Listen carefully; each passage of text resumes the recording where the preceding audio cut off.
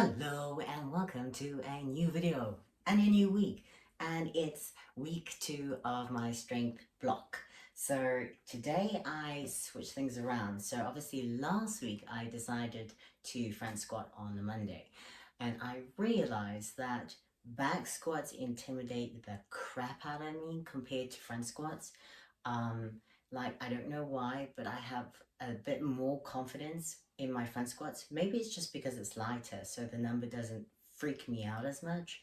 And also because I am more quad dominant, it's kind of like, okay, my quads can take over. Whereas when it's back dominant and I've got the hamstring issue and the groin issue and everything else going on, it's kind of like, I don't know what's going to happen. So I decided to be smart about it and actually do back squats today and get them out of the way, so that I'm not worried that at the end of the week, when I'm tired, and many variables could factor into how my training could go on the Friday or the Saturday when I decide to do it. um, it's already done, and I can front squat later in the week. Front squats don't intimidate me as much, they don't freak me out. It's not like heart palpitations kind of level anxiety compared to back squats.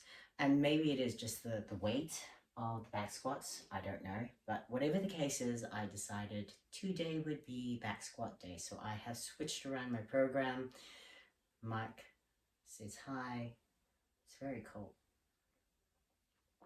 Anyway, so I did my back squats today, and boy, were they heavy. Like, really, really heavy. And I know it's because I haven't squatted in a few weeks now, and also I've got the groin injury and the hamstring injury and everything else. So just in terms of getting the bar up, it's not gonna be easy for me, and I've felt it. Like, the last time I did a strength block, I was doing roughly 120 for 4 reps, and today I could only manage 110.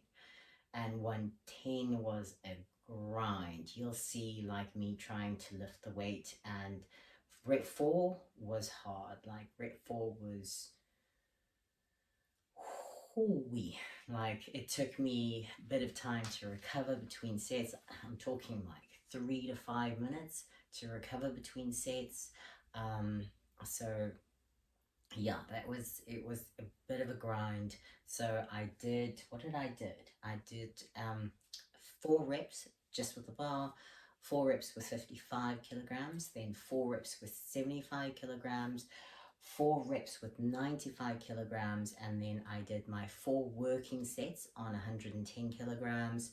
So 4 reps, 4 sets on the working weight, which was 110 kilograms, which is 240 pounds, give or take. I don't know. I'm not good at converting. So you can convert and you can tell me in the comments below what it is in pounds, because I don't know. So that was back squats. So what you can see is I'm trying to engage my hamstrings and my glutes a little bit more. So I'm slowing the rep down, controlling a little bit more, because I used to use a lot of the springboard kind of reflex at the bottom of the hole to kind of bounce me out. So the reps were intentionally just marginally slower, not like pause reps slower. Like, I don't think I could get out of the hole if I did like pause reps, but definitely quite a bit slower. Then I went on to dips. Now, my upper body is definitely a lot stronger than my lower body, or maybe it's just the psychology of not having any injuries in my upper body, so I feel more confident in the movements. But today I did dips, and freaking happy, freaking happy. So I did a warm-up set of 4 reps just with the dip bar, body weight. Then I did 25 kilograms, 50 kilograms, 60 kilograms, and I treated the 60 kilograms as my first working set. but it felt really, really good. So I went up to, what did I go up to? I went up to 62.5 kilograms for 3 working sets. So I treated the first 60 kilograms as my first working set, and then I did 62.5 for 3 working sets. I tried to do a fourth set on 62.5, and everything went to poop. Like, I didn't get depth properly. So the depth, and I know some people, one person commented and said there's not depth, but according to the rules in calisthenics, as well as a lot of consensus, is when your elbow is in line with your shoulder. So depth on a dip is when you're there, and then you have to obviously lock out completely. So that is kind of the range of motion that you want from there to there, for your reps. So yeah, so that's what I did. Like, I wouldn't go lower than that, because you may start risking like a pec tear or something like that if you go lower. So as long as your elbow is in line with your shoulder, and then you press through to there, sweet, good to go. So that is kind of like the goal for dips, with the bar. And if you're doing ring dips, it's when this part of the shoulder reaches the curvature of the ring. So that's what you want if you're doing ring dips. Just a clarification on my personal opinion on a full range motion dip. So yes. And the reason I'm not wearing a jersey is because my one friend commented, and he's like, like, you're a really big girl and you can't tell when you're wearing a jersey that you've actually got muscles. Oh well. So I'm wearing my new decked out kit from Thick. Check it out. You like it? Anyway, so back on track. Yes, so that was my training, and then I felt quite good. My groin is starting to rehabilitate. I did not film my mobility today, but I did the same exercises that I did last week Monday, and so I didn't feel like I should have filmed them. Maybe I should have. Let me know. I mean, like, I just don't want this repetition where you're kind of getting bored of what I do, because the numbers will change, but a lot of my mobility and whatnot stays the same. But if you're interested, and I do need to explain them in more depth, and you know what, I got a microphone, I just got to figure out how to use it. And I filmed all of this that you're seeing with my new lens, so hopefully it's a better quality, because I got I don't know much about videography, but I do know that a lower f-stop, so it's a 2.4 millimeter 2.4 f-stop lens on a 22mm or 24mm lens. So yes, it should look a little bit fancier, a shallow depth of field and all of that, but we'll see. It may not make absolutely bugger all difference, but yes, that is the goal. I'm trying to make it a little bit more fancy, so let me know what you think of this over here when I put it on. Yes, so that was today's training, and then I felt confident enough to do a little bit of snatch priming work, which I haven't been doing because of my groin. So I did a bit of snatch work, which was just drilling. I did 2 pulls, 2 muscles, 2 drops, and then 1 to 2 sots. So my technique on weightlifting is not amazing, and I'm fully aware of that, which is why, one, I don't like filming a lot of it, because a lot of people will probably say how horrible it is, and 2, I don't feel like I could give advice on something that I don't know a lot about. So it's like me giving advice on calisthenics. I can tell you what I'm figuring out along the way, but I wouldn't feel confident teaching someone, in calisthenics or in weightlifting, because those are two areas that I do not have any expertise. So that's why I'm kind of documenting everything, so that if I figure something out, or if you have advice, or if you're along the same journey as me, we can kind of exchange notes, is as it were. Especially the calisthenics, because I'm absolutely loving the calisthenics. So that was my training today, and obviously I cycled to and from the gym, got in my cardio, and I've got to say the cardio on the way home was hard. Like I've got 3 hills, and each hill gets progressively steeper on the way home, and the third hill was like, I don't know if I can make it up the hill or if I need to pull over and walk.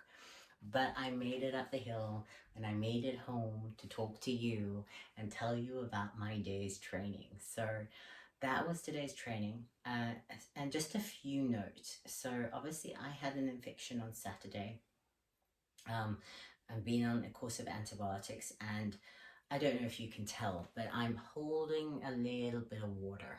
Like I'm 2 kilograms up as a result of the antibiotics and the painkillers. And that is completely normal. So I'm probably weighing, I am weighing, because I weighed myself yesterday. I was 65.5 yesterday, almost 66. So I did not weigh myself this morning because I didn't feel the need to.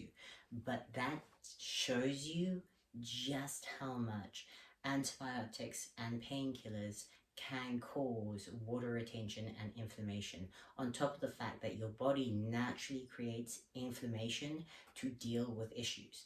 And you actually want that inflammation, because inflammation is your body's way of healing. So I wouldn't recommend it taking anti-inflammatories and things like that, because the best way to heal is your body's natural inflammation, dealing and fixing the issue, rather than, taking anti-inflammatories and things like that.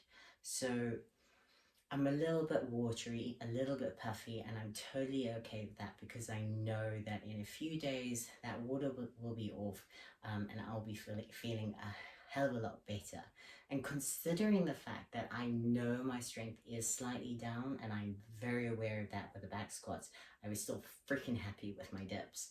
But it is one of those situations where you just have to be kind on yourself, and you have to remember that not every day is going to be amazing.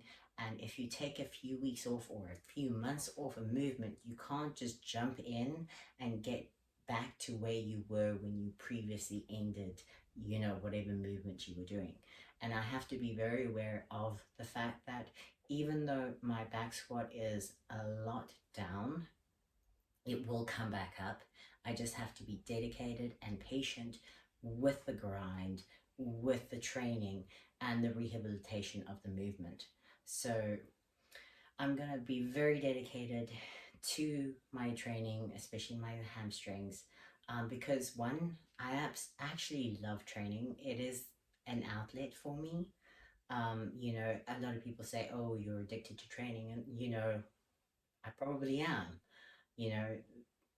There are worse things to be addicted to than training, but I love training. It is an outlet. I can feel, I get more relaxed, I get happier with my training, and that's something I lost with the CrossFit.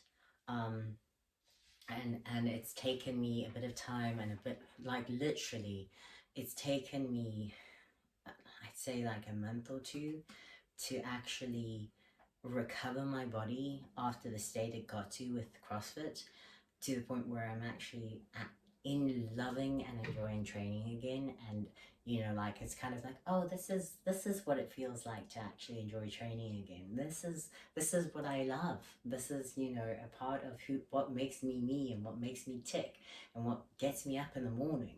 So yeah, I'm definitely enjoying my training again. And it's one of those, yeah, I still have shit days. Like Saturday was a shit day. Today was humbling with my back squats. Like, they did not go as planned. They weren't as heavy as, in terms of the number, they felt heavier than I had hoped or anticipated. but I still did it, okay? And that's what matters. Remember that it's not about being like kick ass every single day and every single session. It's just about showing up. And that's what you need to remember. It's like whatever your goal is, just show up. Whether you have a bad day, a good day, whether you learn something, whether whatever the case is, whatever your goal is, just show up. And that is my best advice that I could ever possibly give. Show up. Give it your best, no matter what, no matter your situation. Like, if you show up and you try, you've learned something, you've achieved something, and you will get better from it. So I'm definitely taking my time with back squats, taking my time at getting my leg strength back up. And in the meantime, at least I've got my upper body strength to kind of like compensate for the fact that my legs are like in seriously like FU state.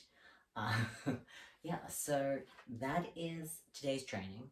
Tomorrow will be more calisthenics based with the strength elements. So tomorrow I'm going to be benching and I'm going to be doing my pull-ups, and then I'll be doing some calisthenics elements. I'll try doing my one arm pull-up again. I'm excited to see if I can do any better at it, or if it's still kind of like in the really early iffy stages, but we'll find out tomorrow. And then yeah, that's today's training. If I think of anything else, I will tag it along to this video, and comment below. Let me know what you think. I hope you're enjoying these videos, and I'll keep you posted on every element of my training and my strength. So just to clarify, because I haven't done that, it is week 2. So everything is 4x4, right? So you warm up all your all your warm-up sets are 4 reps until you get to your working set. And on your working set, it's 4 reps and 4 sets, okay? So we're going to be doing that for every single exercise this week. Whether it's, so obviously I did 4 sets of 4 on back squats, 4 sets of 4 on dips, and tomorrow will be 4 sets of 4 on bench and 4 sets of 4 on pull-ups.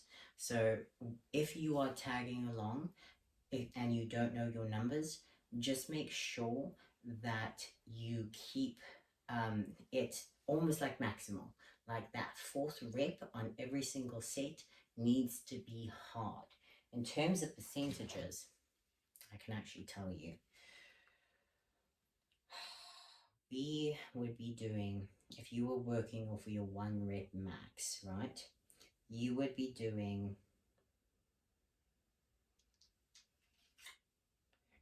I would say about 75% of your 1 rep max this week. So feel it out. If you actually know your 1 rep max, then that is the goal, is kind of like 75% of your 1 rep max. 70 to 75% for the 4 sets of 4. So if you are like cool enough to actually know what your 1 rep max is, which I will know at the end of the strength block. So if you are tagging along, you can figure out your 1 rep max at the end of this block. Or if you already know, then week 2, this block should be around 70 to 75% of your 1 rep max. So that gives you a little bit of clarity as to what we're actually going for if you actually know your 1 rep max. But comment below, let me know what you think. I hope you're having an absolutely amazing day, week, morning, evening, night, whatever the time is. And I hope you're kicking ass, getting stronger, and meeting all of your goals for the year. Let's kick ass together.